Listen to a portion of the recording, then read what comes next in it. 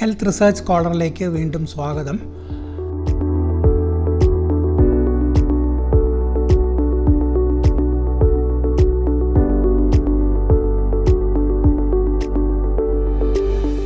Randomised clinical trial അഥവാ medical ഗവേഷണ രംഗത്ത് നിലനിൽക്കുന്ന മരുന്ന് പരീക്ഷണം, ആ ഒരു ഡിസൈനിനെ കുറിച്ച് കൂടുതൽ വിശദമായിട്ട് പറയുന്ന ഒരു വീഡിയോ ആണ്.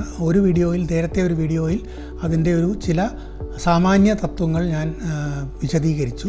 അവയുടെ കൂടുതൽ വിശദമായ ഒരു വീഡിയോ ആണ് ഇപ്പോൾ ഇവിടെ ചെയ്യുന്നത്.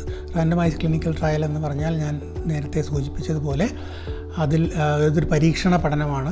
ഒരു പുതിയ മരുന്നോ ചികിത്സാ രീതിയോ മാർക്കറ്റിൽ ഇറക്കുന്നതിന് മുമ്പ് അംഗീകാരം നേടുന്നതിന് വേണ്ടി അത് ഫലപ്രദമാണ് അല്ലെങ്കിൽ അതിന് ക്ഷമതയുണ്ട് എന്ന് ഗവൺമെൻറ്റിനെ ബോധ്യപ്പെടുത്താനായിട്ട് ചെയ്യുന്നതാണ് മിക്കവാറും RCTകൾ അഥവാ റാൻഡമൈസ്ഡ് ക്ലിനിക്കൽ ട്രയൽസ്.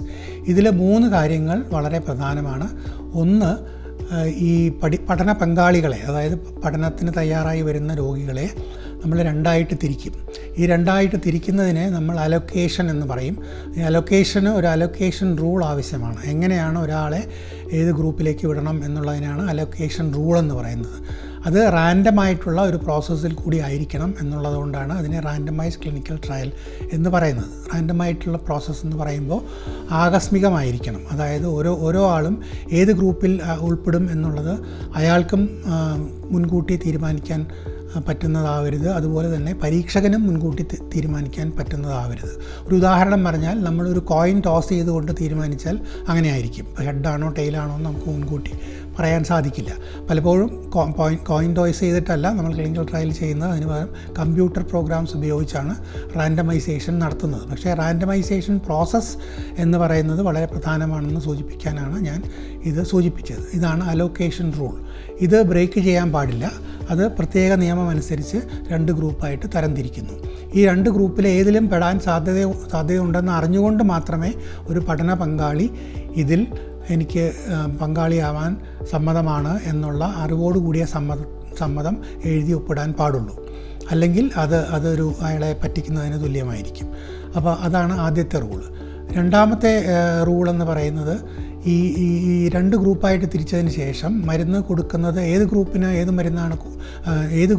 മരുന്ന് കൊടുക്കുന്നത്, ഏത് ഗ്രൂപ്പാണ് കൺട്രോൾ അഥവാ മരുന്ന് കൊടുക്കാത്തവർ എന്നുള്ളത് ഈ പഠന പങ്കാളികളും അറിയരുത്, ഈ പഠന പരീക്ഷകനും അറിയരുത്. അത് മൂന്നാമതൊരാൾ അല്ലെങ്കിൽ മൂന്നാമതൊരു ഗ്രൂപ്പാണ് അത് നിയന്ത്രിക്കുന്നത്. ഇത് കാരണം എന്താണെന്ന് വെച്ചാൽ, നമുക്കറിയാം ഇന്ന ഗ്രൂപ്പിനാണ് ഞാൻ മരുന്ന് കൊടുത്തിട്ടുള്ളത് എന്നറിഞ്ഞാൽ ഈ ഗ്രൂപ്പിന് അവർക്കറിയാം ഞങ്ങൾക്ക് മരുന്നാണ് കിട്ടുന്നതെന്ന് അറിഞ്ഞാൽ അവരുടെ റിയാക്ഷൻ വ്യത്യസ്തമായിരിക്കും. കിട്ടാത്തവർക്ക് വ്യത്യസ്തമായിരിക്കും. അതുകൊണ്ട് 2 കൂട്ടർക്കും ഒരു മരുന്ന് കൊടുക്കുന്നു. അത് ചിലപ്പോൾ മരുന്നായിരിക്കും, അല്ലെങ്കിൽ മരുന്നിന് തത്തുല്യമായ ഒരു പ്ലസബോ എന്ന് പറയുന്ന ഒരു നിർദോഷമായ ഒരു കാര്യമായിരിക്കാം. അതുപോലെ തന്നെ പരീക്ഷകനും ഇത് ഏത് ഗ്രൂപ്പിനാണ് മരുന്ന് കൊടുത്തിട്ടുള്ളതെന്ന് അറിഞ്ഞു കഴിഞ്ഞാൽ അയാൾക്ക് ചില മുൻവിധികൾ ഉണ്ടാകും. അത് ഇല്ലാതാക്കാൻ വേണ്ടിയാണ് നമ്മൾ ഇതിന് ബ്ലൈൻഡിങ് എന്ന് പറയും. അതായത് 2 കൂട്ടരും ഇതിനെക്കുറിച്ച് തിരിച്ചറിയാതെ വരുന്ന ഒരവസ്ഥയ്ക്ക് ഡബിൾ ബ്ലൈൻഡ് എന്ന് പറയും. അതായത് 2 കൂട്ടർക്കും ഇത് അറിയാൻ സാധിക്കില്ല ഏത് ഗ്രൂപ്പിൽ ആരൊക്കെയാണുള്ളത് എന്നുള്ളത്. അതാണ് രണ്ടാമത്തെ പ്രിൻസിപ്പിൾ, ബ്ലൈൻഡിങ് അഥവാ മാസ്കിങ്.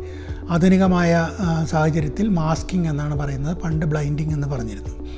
മൂന്നാമത്തെ കാര്യം, നമ്മളൊരു പുതിയ മരുന്ന് പരീക്ഷിക്കുമ്പോൾ ഈ കൺട്രോൾ ഗ്രൂപ്പ് അഥവാ മരുന്ന് കൊടുക്കാത്തവർ, അവർക്ക് എന്താണ് കൊടുക്കേണ്ടത്? കാരണം അവർക്കൊന്നും കൊടുക്കാതിരിക്കാൻ സാധിക്കില്ല. അത് സാമാന്യേന പറയുന്നത്, അപ്പോൾ അവൈലബിളായിട്ടുള്ള ഏറ്റവും നല്ല ചികിത്സ കൊടുക്കണം.